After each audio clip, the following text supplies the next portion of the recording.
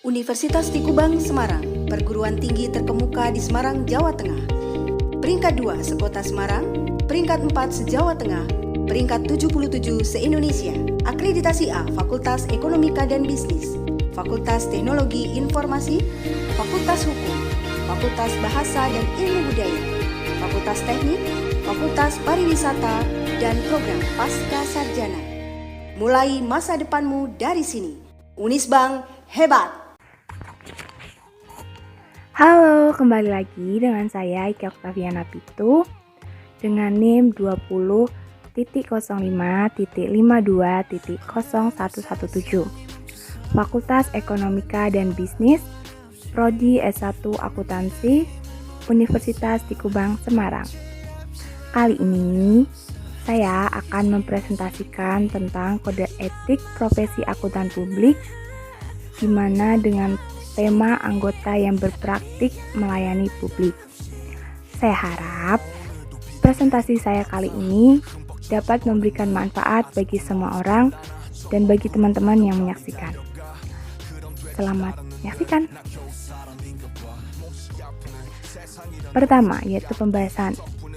Bagian dari kode etik ini mengatur persyaratan dan materi aplikasi untuk akuntan yang berpraktik melayani publik ketika menerapkan kerangka kerja konseptual. Bagian ini tidak menjelaskan semua fakta dan keadaan, termasuk aktivitas, kepentingan, dan hubungan profesional yang mungkin dihadapi oleh akuntan yang berpraktik melayani publik yang memunculkan atau memungkinkan berbagai ancaman terhadap kepatuhan pada prinsip dasar etika.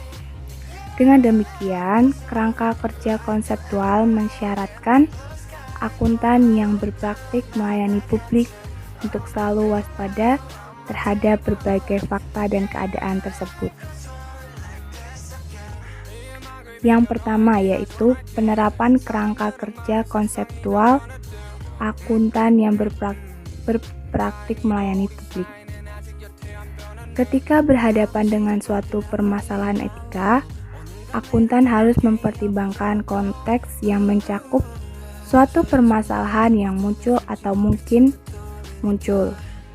Ketika seorang individu yang merupakan akuntan yang berpraktik melayani publik melakukan aktivitas profesional berdasarkan hubungan akuntan dengan kantor, baik sebagai seorang tenaga, karyawan, atau pemilik, individu tersebut harus memenuhi ketentuan dalam berbagai keadaan. Contoh situasi ketika ketentuan berlaku untuk akuntan berpraktik melayani publik mencakup 1. Menghadapi konflik kepentingan ketika bertanggung jawab dalam memilih pemasok untuk kantor, ketika anggota keluarga inti dari akuntan mungkin mendapatkan keuntungan keuangan atas kontrak tersebut. Kedua, menyusun atau menyajikan informasi keuangan untuk klien, akuntan, atau kantornya. Ketiga, ditawari bujukan, seperti secara teratur ditawari tiket gratis untuk menghadiri acara olahraga oleh pemasok kantor. Keempat, menghadapi tekanan dari rekan perikatan yang melaporkan pembenahan jam kerja yang tidak akurat untuk suatu perikatan klien. Lalu, identifikasi ancaman. Ancaman terhadap kepatuhan pada prinsip dasar etika mungkin dimunculkan oleh serangkaian fakta dan keadaan yang beragam. Berikut adalah contoh dan keadaan dari setiap kategori ancaman yang mungkin memunculkan ancaman bagi akuntan ketika melakukan jasa profesionalnya. A. Ancaman kepentingan pribadi meliputi 1. Akuntan mempunyai kepentingan keuangan langsung pada suatu klien. Kedua, akuntan menawarkan suatu imbalan rendah untuk mendapatkan perikatan baru dan imbalan tersebut sangat rendah sehingga menyulitkan bagi akuntan tersebut untuk melakukan jasa profesional sesuai dengan standar profesional dan standar teknis yang berlaku. Ketiga, akuntan memiliki suatu hubungan bisnis yang erat dengan klien. Keempat, akuntan memiliki akses atas informasi rahasia yang mungkin digunakan untuk keuntungan pribadi.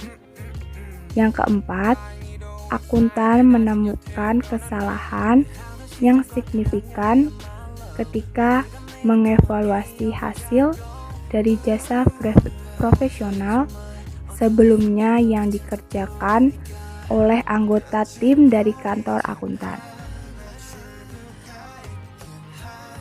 Ancaman telaah pribadi. Akuntan menerbitkan laporan asuransi atas efektivitas operasi sistem keuangan setelah akuntan yang bersangkutan mengimplementasikan sistem tersebut. Kedua, akuntan menyiapkan data asli yang digunakan untuk menghasilkan catatan yang merupakan perihal pokok dari suatu perikatan asuransi. Lalu, ancaman advokasi. Pertama, akuntan mempromosikan kepentingan atau saham dari klien. Akuntan bertindak sebagai penasihat yang mewakili klien dalam litigasi atau perselisihan dengan pihak ketiga. Akuntan melobi proses legislasi untuk kepentingan klien. Lalu, ancaman kedekatan, yaitu akuntan memiliki anggota keluarga inti atau anggota keluarga dekat yang menjabat sebagai direktur, komisaris, atau pejabat eksekutif klien. Direktur, komisaris, atau pejabat eksekutif dari klien atau karyawan dalam posisi yang dapat memberikan pengaruh signifikan terhadap perihal pokok dari suatu perikatan sebelumnya menjabat sebagai rekan perikatan, lalu anggota tim audit yang memiliki hubungan yang lama dengan klien audit. Lalu ada ancaman intimidasi, yaitu akuntan sedang terancam kehilangan perikatan dari klien atau pemecatan dari kantor karena perselisihan masalah profesional. Akuntan merasa ditekan untuk menyetujui pertimbangan dari klien karena karyawan tersebut lebih ahli dalam permasalahan yang diperdebatkan. Lalu, akuntan mendapat informasi dari seorang rekan kantornya bahwa promosi yang telah direncanakan tidak akan terjadi kecuali akuntan setuju dengan suatu perlakuan akuntansi yang tidak tepat. Lalu, akuntan telah menerima hadiah yang signifikan dari klien dan diancam bahwa penerimaan hadiah tersebut akan dipublikasikan. Lalu, evaluasi ancaman. Kondisi kebijakan dan prosedur yang diuraikan mungkin berdampak terhadap evaluasi tentang apakah ancaman tersebut kepatuhan pada prinsip dasar etika berada pada level yang dapat diterima. Kondisi, kebijakan, dan prosedur seperti itu mungkin berhubungan dengan A. Klien dan lingkungan operasinya, dan B. Kantor dan lingkungan operasinya. Evaluasi akuntan terhadap level ancaman juga dipengaruhi oleh sifat dan ruang lingkup dari jasa profesional.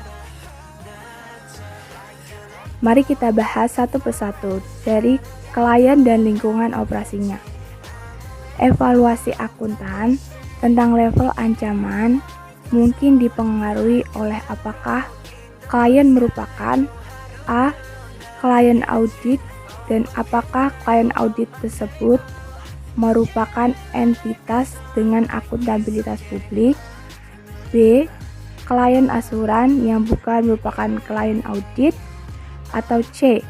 klien non-ansuran, misalnya memberikan jasa non-ansuran kepada klien audit yang merupakan entitas dengan akuntabilitas publik, mungkin dianggap menghasilkan suatu level ancaman yang lebih tinggi terhadap kepatuhan pada prinsip objektivitas yang terkait dengan audit tersebut. Struktur tata kelola perusahaan, termasuk kepemimpinan klien, dapat mendorong kepatuhan terhadap prinsip dasar etika. Oleh karena itu, evaluasi akuntan tentang level ancaman mungkin juga dipengaruhi oleh lingkungan operasi klien. Sebagai contoh, 1. Klien mensyaratkan individu yang tepat selain manajemen untuk mengesahkan atau menyetujui penunjukan kantor untuk melakukan suatu perikatan. 2. Klien memiliki karyawan yang kompeten dengan pengalaman dan senioritas untuk membuat keputusan manajerial. 3. Klien telah mengimplementasikan prosedur internal yang memfasilitasi pilihan objektif dalam tender perikatan non-ansuran. Dan keempat, klien memiliki struktur tata kelola perusahaan yang memberikan pengawasan dan komunikasi yang tepat terkait dengan jasa dari kantor. Evaluasi akuntan tentang level ancaman mungkin dipengaruhi oleh lingkungan kerja dalam kantor dan lingkungan operasinya. Sebagai contoh, 1. Kepemimpinan dalam kantor mendorong kepatuhan terhadap prinsip dasar etika dan menetapkan ekspektasi bahwa anggota tim ansuran akan bertindak demi kepentingan publik. 2.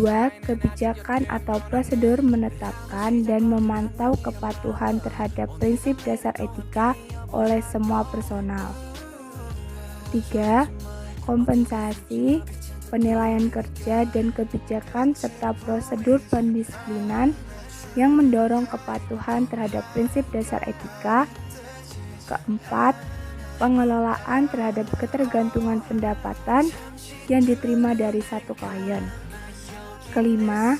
Rekan perikatan memiliki kewenangan dalam kantor untuk mengambil keputusan mengenai kepatuhan terhadap prinsip dasar etika, termasuk keputusan tentang penerimaan atau penyediaan jasa kepada klien. Lalu persyaratan pendidikan, pelatihan dan pengalaman. Yang terakhir, proses untuk memfasilitasi dan mengatasi masalah atau keluhan, baik itu internal maupun eksternal. Pertimbangan atas informasi baru atau perubahan fakta dan keadaan. Informasi baru atau perubahan atas fakta mungkin berdampak terhadap level ancaman atau mempengaruhi kesimpulan akuntan tentang apakah pengaman tersebut digunakan untuk mengatasi ancaman yang teridentifikasi sebagaimana yang dimaksud. Dalam situasi demikian, tindakan yang telah diimplementasikan sebagai upaya pengaman mungkin tidak lagi efektif dalam mengatasi ancaman. Dengan demikian, penerapan kerangka kerja konseptual masyarakat akuntan mengevaluasi kembali dan mengatasi ancaman yang sesuai. Contoh informasi baru atau perubahan fakta dan keadaan yang mungkin berdampak terhadap level ancaman adalah 1. ketika lingkup jasa profesional diperluas. 2. Ketika klien menjadi entitas yang terdaftar di pasar modal atau mengakuisisi unit bisnis lain. 3. Ketika kantor melakukan merger dengan kantor lain. 4. Ketika akuntan secara bersama-sama dilibatkan oleh dua klien dan muncul suatu perselisihan yang terjadi di antara kedua klien tersebut. Yang kelima, ketika terdapat perubahan hubungan personal atau keluarga dekat dari akuntan. Mengatasi ancaman. Contoh pengamanan. Pengamanan sangat bervariasi bergantung pada fakta dan keadaan. Contoh tindakan yang dalam keadaan tertentu mungkin merupakan pengamanan untuk mengatasi ancaman, meliputi menetapkan tambahan waktu dan menugaskan personal yang memenuhi kualifikasi untuk penugasan yang diisyaratkan ketika perikatan diterima. Dapat mengatasi ancaman kepentingan pribadi. Menugaskan penelaah yang tepat yang bukan merupakan personal tim asuran untuk menelaah atau memberikan saran yang diperlukan terhadap suatu pekerjaan asuran dapat mengatasi ancaman telaah pribadi. Menugaskan rekan dan tim perikatan yang berbeda untuk klien asuran yang terpisah secara tanggung jawab dan pelaporan dengan rekan dan tim perikatan untuk jasa non-asuran dapat mengatasi ancaman telaah pribadi, advokasi, atau kedekatan. Melibatkan kantor lain untuk mengerjakan atau mengerjakan kembali suatu bagian dari perikatan dapat mengatasi ancaman kepentingan pribadi, telaah pribadi, advokasi, kedekatan, atau intimidasi. Mengungkapkan kepada klien atas setiap imbalan rujukan atau komisi pengaturan yang diterima untuk merekomendasikan jasa atau produk dapat mengatasi ancaman kepentingan pribadi. Memisahkan tim ketika berurusan dengan permasalahan yang bersifat rahasia dapat mengatasi ancaman kepentingan pribadi. Lalu, benturan kepentingan. Identifikasi benturan umum.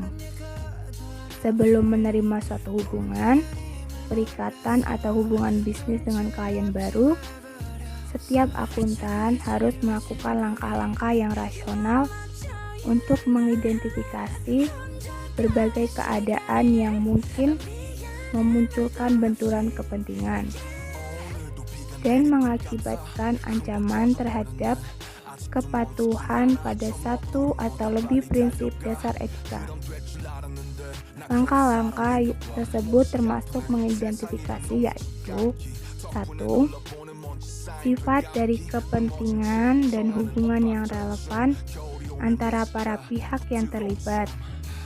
Dan kedua, jasa tersebut dan implikasinya terhadap para pihak yang terkait.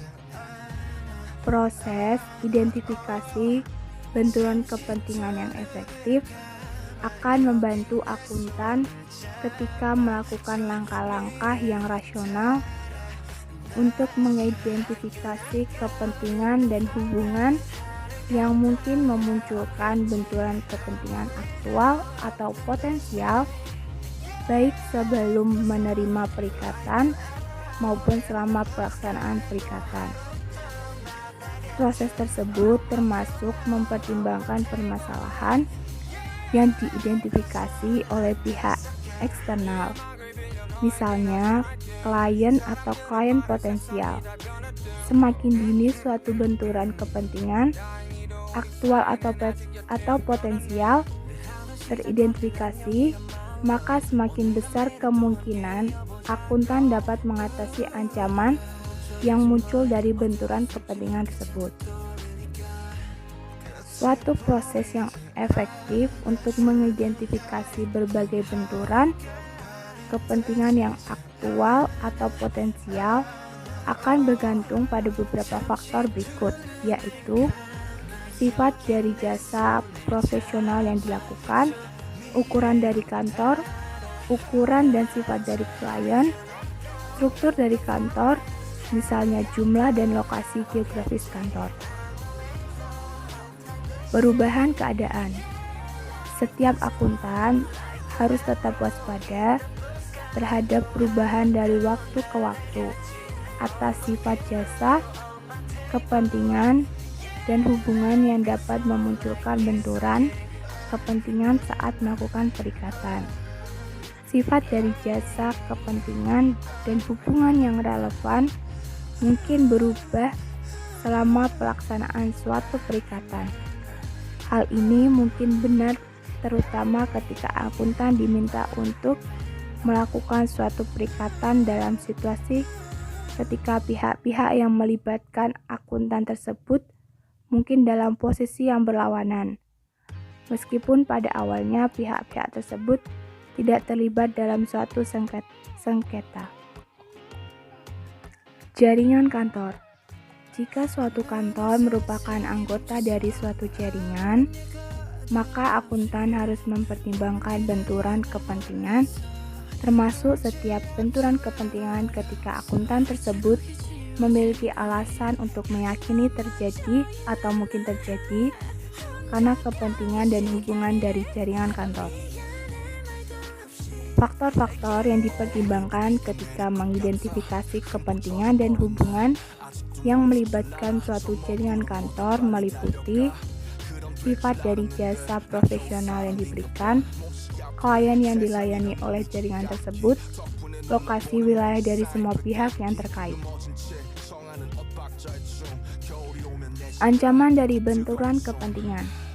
Faktor-faktor yang relevan dalam mengevaluasi level suatu ancaman yang muncul akibat benturan kepentingan mencakup langkah pencegahan terhadap pengungkapan informasi rahasia secara tidak sah. Ketika memberikan jasa profesional yang terkait dengan permasalahan tertentu untuk dua atau lebih klien yang memiliki kepentingan yang saling berbenturan. Langkah-langkah tersebut meliputi 1.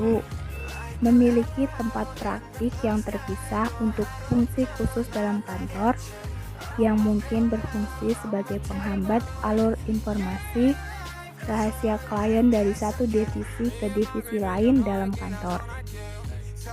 2. Kebijakan dan prosedur untuk membatasi akses terhadap berkas klien. 3. Perjanjian kerahasiaan yang ditandatangani oleh para karyawan dan para rekan di kantor. 4. Pemisahan informasi rahasia secara fisik maupun elektronik. Dan yang terakhir, pelatihan dan komunikasi yang bertujuan khusus.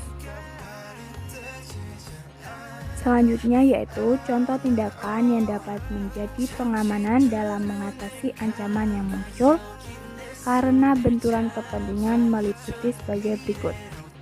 1. Menugaskan tim perikatan terpisah yang dilengkapi dengan kebijakan dan prosedur yang jelas dalam menjaga kerahasiaan. 2. Menugaskan penelaah yang tepat yang tidak terlibat dalam pemberian jasa atau tidak berdampak oleh benturan kepentingan untuk menelaah suatu pekerjaan yang dilakukan. Dan untuk menilai apakah berbagai pertimbangan kunci dan kesimpulan sudah tepat. Pengungkapan dan persetujuan. Faktor-faktor yang dipertimbangkan ketika menentukan perlunya mengungkap spesifik dan persetujuan eksplisit tersebut meliputi 1. Keadaan yang memunculkan suatu benturan kepentingan. 2. Pihak-pihak yang mungkin terkena dampak. 3. Sifat dari berbagai permasalahan yang mungkin muncul. Dan terakhir, potensi atas suatu permasalahan tertentu yang berkembang secara tidak terduga. Bentuk dari pengungkapan dan persetujuan mungkin berbeda.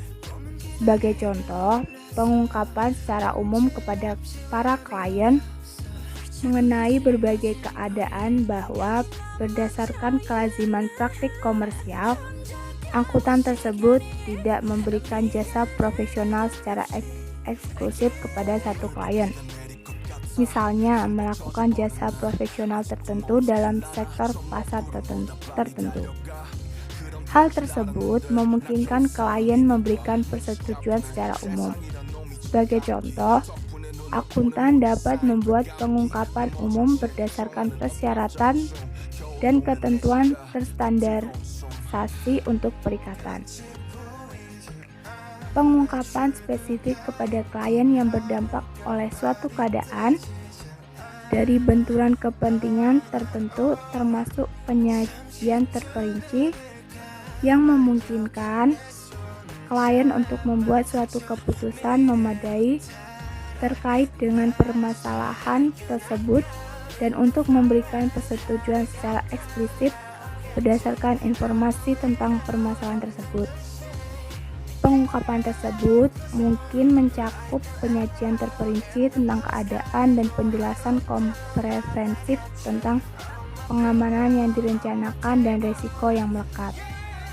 Persetujuan mungkin diterima secara tersirat dari perilaku klien ketika akuntan telah mempunyai bukti yang cukup untuk menyimpulkan bahwa klien mengetahui keadaan tersebut sejak awal dan telah menerima benturan kepentingan tersebut ketika mereka tidak menyampaikan keberatan atas terjadinya benturan kepentingan.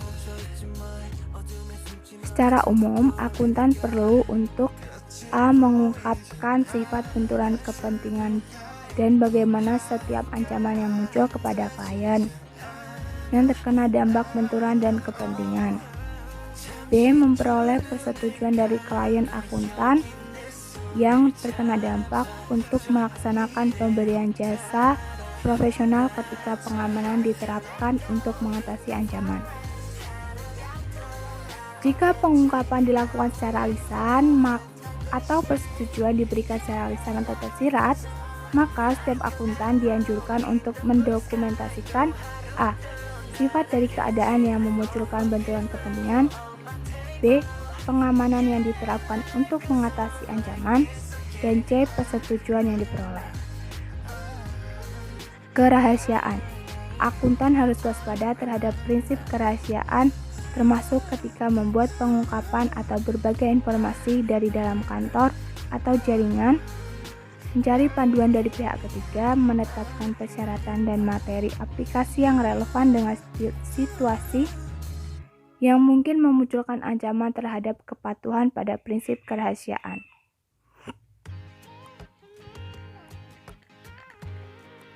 Ketika pengungkapan untuk memperoleh persetujuan akan melanggar kerahasiaan, ketika membuat pengungkapan spesifik dengan tujuan untuk mendapatkan persetujuan eksplisit dapat menyebabkan pelanggaran terhadap prinsip kerahasiaan dan persetujuan eksplisit tersebut tidak dapat diperoleh.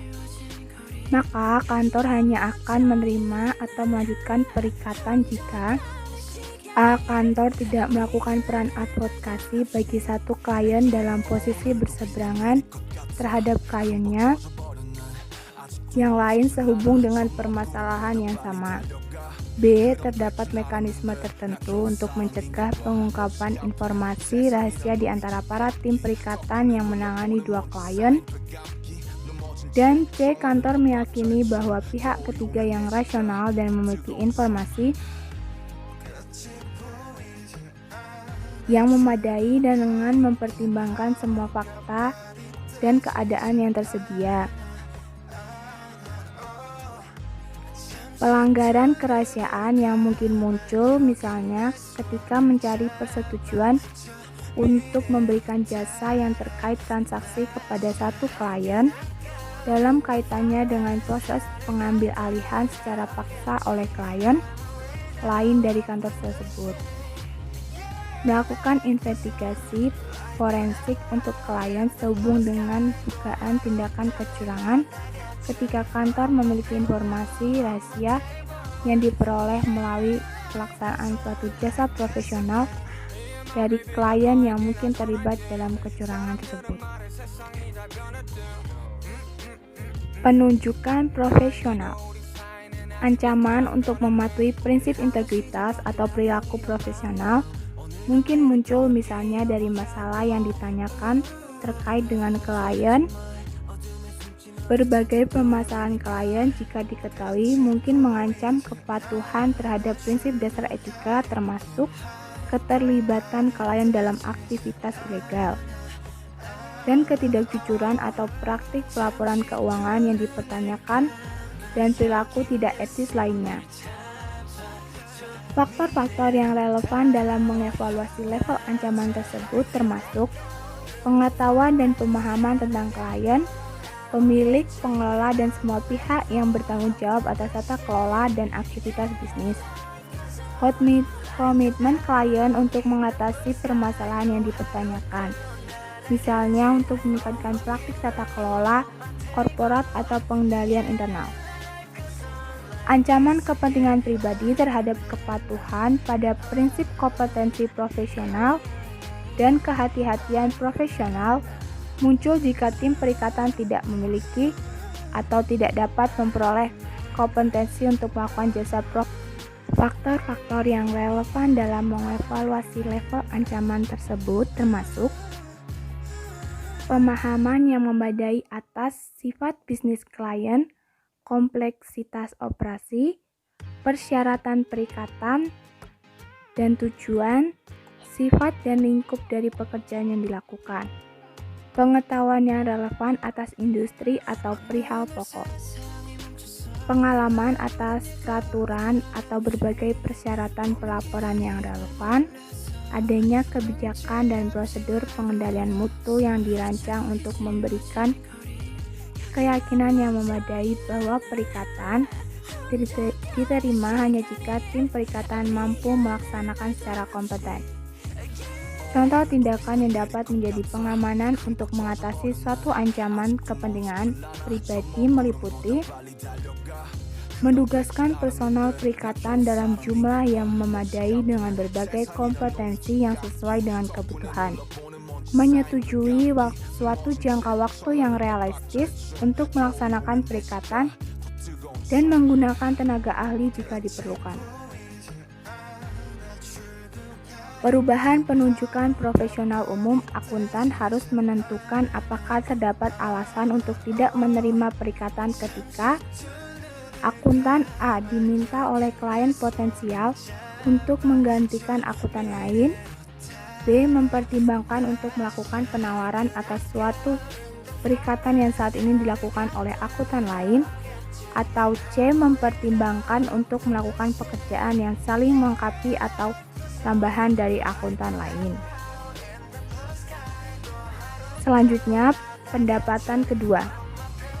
Akuntan mungkin diminta untuk memberikan pendapatan kedua mengenai penerapan akuntansi, auditing, pelaporan atau standar atau prinsip lain untuk A. suatu keadaan khusus atau B. transaksi tertentu oleh atau atas nama suatu perusahaan atau suatu entitas yang saat ini bukan merupakan klien. Faktor yang relevan dalam mengevaluasi level ancaman kepentingan pribadi adalah keadaan dari permintaan serta semua fakta dan asumsi lainnya yang tersedia yang relevan untuk menyatakan suatu pertimbangan profesional. Imbalan dan jenis remunerasi lain. Besaran imbalan yang ditawarkan mungkin memengaruhi kemampuan akuntan untuk melakukan jasa profesional sesuai dengan standar profesional. Akuntan dapat mengajukan penawaran imbalan yang dipandang tepat. Menawarkan imbalan yang lebih rendah dari akuntan lain bukan merupakan pelanggaran etika. Namun, besaran imbalan yang ditawarkan memunculkan ancaman kepentingan pribadi terhadap kepatuhan pada prinsip kompetensi dan kehati-hatian profesional. Jika imbalan yang ditawarkan sangat rendah, sehingga mungkin sulit untuk melakukan perikatan sesuai dengan standar profesional dan standar teknis yang berlaku. Faktor-faktor yang relevan dalam mengevaluasi level ancaman tersebut meliputi apakah klien menyadari ketentuan suatu perikatan dan terutama basis penentuan imbalan yang diajukan dan lingkup jasa yang diberikan berdasarkan imbalan tersebut. Apakah besaran imbalan ditetapkan oleh pihak ketiga yang independen seperti regulator. Imbalan kontingen. Imbalan kontingen kadang digunakan untuk perikatan non-angsuran tertentu.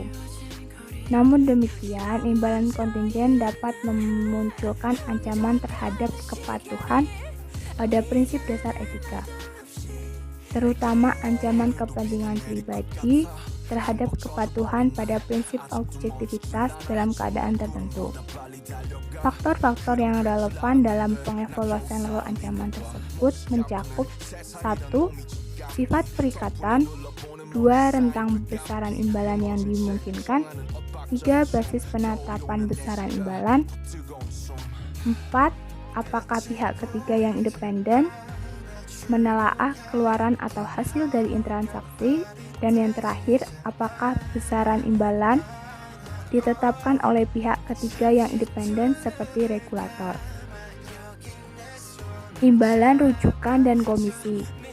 Ancaman kepentingan pribadi terhadap kepatuhan dan prinsip objektivitas dan prinsip kompetensi dan kehati-hatian profesional muncul jika akuntan membayar atau menerima imbalan rujukan atau menerima komisi yang berkaitan dengan klien. Imbalan rujukan atau komisi tersebut termasuk, misalnya, imbalan yang dibayarkan kepada akuntan lain untuk tujuan mendapatkan klien baru ketika klien berlanjut sebagai klien dari akuntan yang sedang memberikan jasa namun mensyaratkan jasa spesialis yang tidak ditawarkan oleh akuntan tersebut. Imbalan diterima untuk merujuk klien yang berkelanjutan bagi akuntan lain atau tenaga ahli. Ketika akuntan yang sedang memberikan jasa tidak menyediakan jasa profesional tertentu yang diisyaratkan oleh klien. Komisi yang diterima dari pihak ketiga, misalnya vendor, perangkat lunak, sehubungan dengan penjualan barang atau jasa kepada klien. Lalu ada bujukan, termasuk hadiah dan keramat tamahan. Bujukan adalah objek, situasi, atau tindakan yang digunakan untuk memengaruhi perilaku individu lain, namun tidak dimaksudkan untuk mempengaruhi perilaku individu tersebut secara tidak patut. Bujukan dapat berkisar dari tindakan kecil berupa keramat tamahan antara akuntan dan klien atau calon klien hingga tindakan yang mengakibatkan ketidakpatuhan terhadap peraturan perundangan. Bujukan dapat berupa hadiah, keramat tamahan, hiburan, sumbangan politik atau sosial, tawaran yang tidak pantas atas persahabatan dan loyalitas, pembagian kerja atau kesempatan komersial lainnya, perlakuan, hak atau hak istimewa.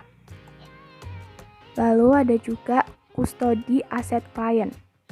Sebelum kustodi, akuntan tidak boleh mengambil tanggung jawab atas kustodi uang dan aset lain milik klien, kecuali diizinkan oleh peraturan perundang-undangan dan sesuai dengan setiap kondisi yang memperbolehkan hal tersebut. Sebagian dari prosedur penerimaan klien dan perikatan terkait tanggung jawab kustodi uang atau aset klien, maka akuntan harus A. Melakukan penyelidikan mengenai sumber aset tersebut, B. Mempertimbangkan kewajiban hukum dan peraturan yang berlaku, penyelidikan tentang sumber aset klien mungkin memperlihatkan misalnya bahwa aset tersebut berasal dari aktivitas ilegal seperti pencucian uang. Dalam keadaan demikian akan muncul ancaman dan berlaku ketentuan seksi 36. Setelah kustodi, akuntan yang dipercayai untuk menyimpan uang atau aset lain milik pihak lain harus A. mematuhi peraturan perundang-undangan yang berlaku untuk penyimpanan dan pembukuan aset tersebut. B. Menyimpan aset tersebut secara terpisah dari aset pribadi atau aset kantor. C. Menggunakan aset tersebut hanya untuk tujuan yang telah ditetapkan.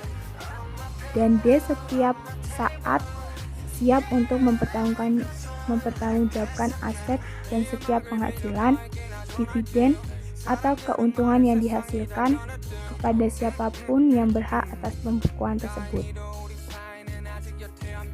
Lalu, respon atas ketidakpatuhan terhadap peraturan perundang-undangan. Akuntan mungkin menghadapi atau menyadari adanya ketidakpatuhan atau dugaan ketika memberikan jasa profesional kepada klien.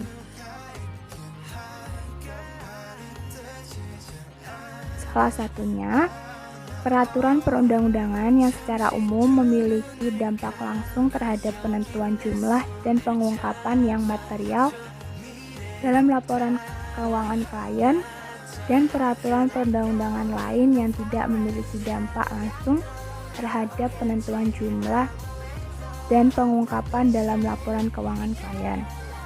Namun, kepatuhan tersebut penting untuk aspek operasional bisnis klien untuk dapat mempertahankan usahanya atau untuk menghindari hukum yang material. Dalam peraturan perundang-undangan yang berlaku, terdapat ketentuan yang mengatur bagaimana akuntan diisyaratkan untuk mengatasi ketidakpatuhan atau dugaan ketidakpatuhan. Peraturan perundang-undangan tersebut mungkin berbeda dari atau melampaui ketentuan dalam seksi ini. Ketika menghadapi ketidakpatuhan atau dugaan ketidakpatuhan, akuntan harus memperoleh pemahaman tentang ketentuan peraturan perundang-undangan serta mematuhinya. Termasuk A. Setiap persyaratan untuk melaporkan permasalahan tersebut kepada otoritas yang tepat, dan B. Setiap larangan untuk mengingatkan klien. Tanggung jawab semua akuntan. Ketika akuntan menyadari tentang permasalahan yang tercakup pada seksi ini, langkah yang dilakukan oleh akuntan untuk mematuhi seksi ini harus dilakukan secara tepat waktu. Dalam melakukan langkah yang tepat waktu, akuntan harus memperhatikan sifat permasalahan dan bahaya potensial bagi kepentingan entitas, investor, kreditor, karyawan, atau masyarakat umum. Cukup sekian penjabaran materi kode etik profesi akuntan, anggota yang berpraktik dalam melayani publik.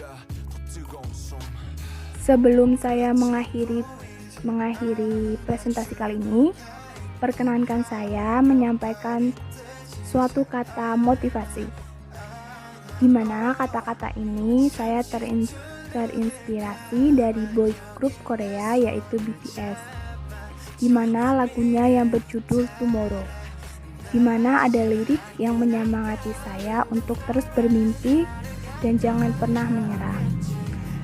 Liriknya seperti ini.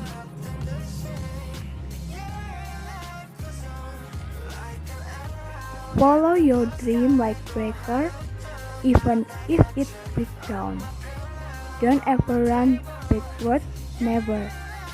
Because the dawn right before the sun rises in the darkness. Dalam Tomorrow, berbicara serius mengenai rasa frustasi dan keputusasaan yang bisa hadir bersama ketika kamu mengejar impianmu. Terlepas dari segala kesulitan itu, liriknya memperingatkan kita untuk fokus pada hadiah karena tepat pada saat fajar menyingsing setelah kegelapan malam, pemecahan seringkali terjadi setelah cobaan yang berat. Maka dari itu, teruslah bermimpi walaupun banyak orang yang meragukanmu. Ingatlah, jangan pernah berhenti untuk bermimpi. Semangat menggapai semua impian dan mimpi kita. Terima kasih. Saya harap presentasi dan kalimat motivasi dari saya dapat memberikan dampak yang positif bagi kita semua. Terima kasih atas perhatiannya. Semoga presentasi kali ini bermanfaat bagi kita semua.